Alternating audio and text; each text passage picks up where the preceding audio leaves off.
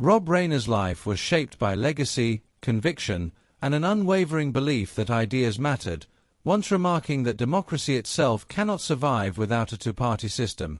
a line that reflected his lifelong engagement with culture, politics, and debate. Yet in his final chapter, uncertainty replaced certainty as days of whispers and unanswered questions surrounded his sudden death until official documents finally emerged, revealing a tragedy far more disturbing than anyone expected, deepening the shock rather than easing it. Born on March 6, 1947, in the Bronx, New York, Rob entered a world already saturated with comedy and creativity as the son of Carl Reiner, the legendary force behind The Dick Van Dyke Show, and from an early age he was immersed in writers' rooms, performers, and the pulse of show business, eventually refining his voice at UCLA Film School before landing television roles in the late 1960s on shows like The Andy Griffith Show, Batman, and The Beverly Hillbillies. His film debut came close to home in 1967 with Enter Laughing, directed by his father, followed by Halls of Anger and Where's Papa? But it was television that changed everything when he was cast in 1971 as Michael Meathead Stivic on All in the Family, a role he played for 8 seasons opposite Sally Struthers that helped redefine American sitcoms by confronting racism, sexism, war, abortion, and social change through raw, often explosive family conflict. The dynamic between Michael and Archie Bunker became a cultural mirror of generational America, with Reiner's character embodying progressive ideals while remaining flawed and human, making the show one of the most influential in television history. When Reiner left the series, he quietly shifted toward what would become his true calling, directing, and beginning in 1984 with This Is Spinal Tap, he launched one of the most remarkable runs in modern filmmaking, followed by Stand By Me, The Princess Bride, and When Harry Met Sally, the latter not only defining romantic comedy but also transforming Reiner's personal life when he met Michelle Singer during production.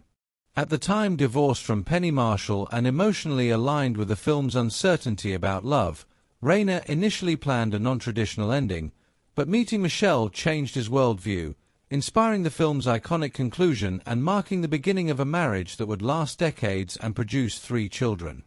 Their relationship was known for its warmth, humor, and grounding balance, with Michelle often described as the quiet center of the family, and Reiner later reflected that love ultimately becomes friendship, the deepest bond of all.